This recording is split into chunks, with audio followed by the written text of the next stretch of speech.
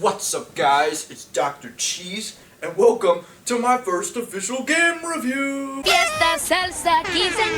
Today, I'm going to be reviewing the highly anticipated real-time strategy game, Pikmin 4.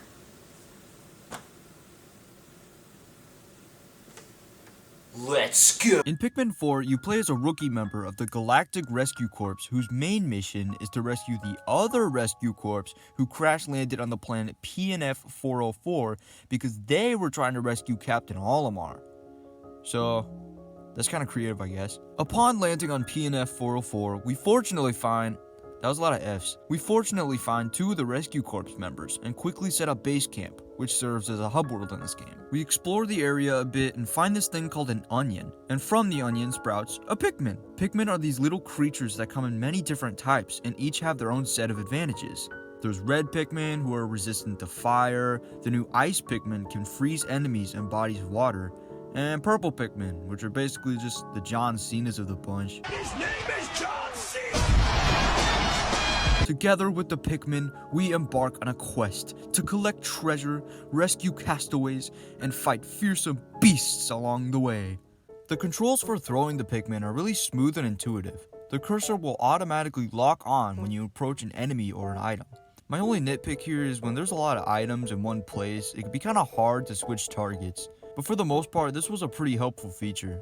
Let me just say, the environments in this game are beautiful, just beautiful. There's a spring garden with fallen cherry blossoms scattered all around. There's a whole barbecue campsite area you can explore. I think my personal favorite would have to be Serene Shores. It's an extremely cozy little beach cove with changing tides depending on what time of day it is. There's just so much creative variety. Heck, you'll even find yourself trekking along a kitchen countertop. You know it's great game design when you just want to jump in the game and explore these areas for yourself.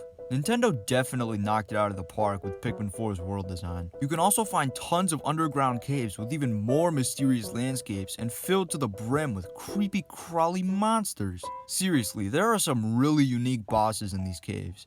You could be fighting a creepy robot spider that shoots you machine gun style, to another giant spider playing disco music, to a gargantuan mother slug farting out a bunch of tiny slugs. Along your journey, you're bound to discover all kinds of treasures. Collecting treasure in this game is a real treat. Every piece of it is a life-sized real-world item. There's fruits, vegetables, playing cards, toys, the Statue of Liberty. The small ones from Las Vegas. You know, the basics. There's even a whole series of treasures consisting of some kind of Nintendo controller or handheld console. Some of the instruments you find will even play Nintendo songs as well.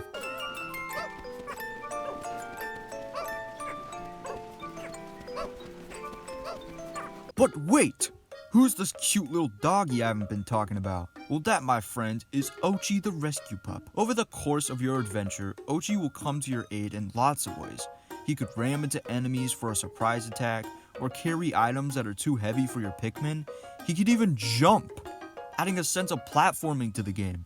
I'd also like to touch on the side modes in this game, and boy oh boy, there's a lot of them. In Dandori Challenge, you have to collect as many points as you can before time runs out. If you get a bronze medal or higher, you win. Something about this mode is so addicting. You really have to make sure that every Pikmin at your disposal is doing something. I always found myself going back to try to get a higher score on each of the challenges. Then there's Dandori Battle, which is essentially just Dandori Challenge, but with an opposing player. Dandori Battle adds a whole new level of strategy, as you now have to collect all the treasures you see before your opponent can get to them first. They also added like Mario Kart items to help stir up the battle, so that's pretty cool. When you win a Dandori Battle, you get to rescue a castaway that's been leafified. To get the medicine to cure this leafified individual, you have to embark on night expeditions. In night expeditions, you are given the task of protecting a luminol from enemies who have gone absolutely bonkers. On top of that, you're only allowed to use Ochi and the new Glow Pikmin. Glow Pikmin specifically stand out from the other Pikmin.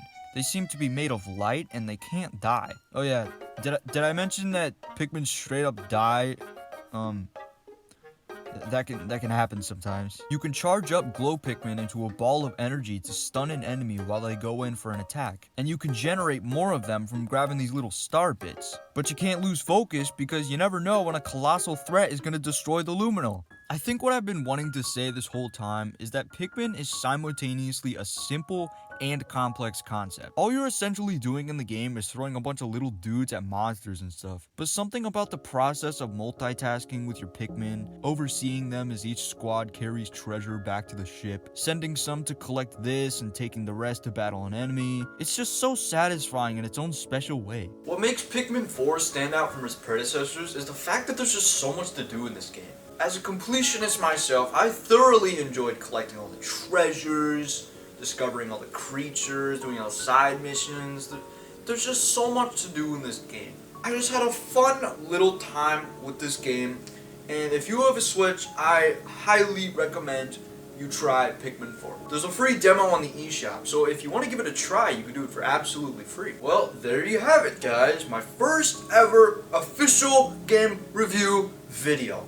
Finally. If you want to see me do more of this type of content, make sure to leave a little like on the video. It should be right here. The like button should be right here. I think. It should be somewhere right there. You see where I'm pointing? There's a like button right there. And you can press it. Have a lovely day, guys. Goodbye.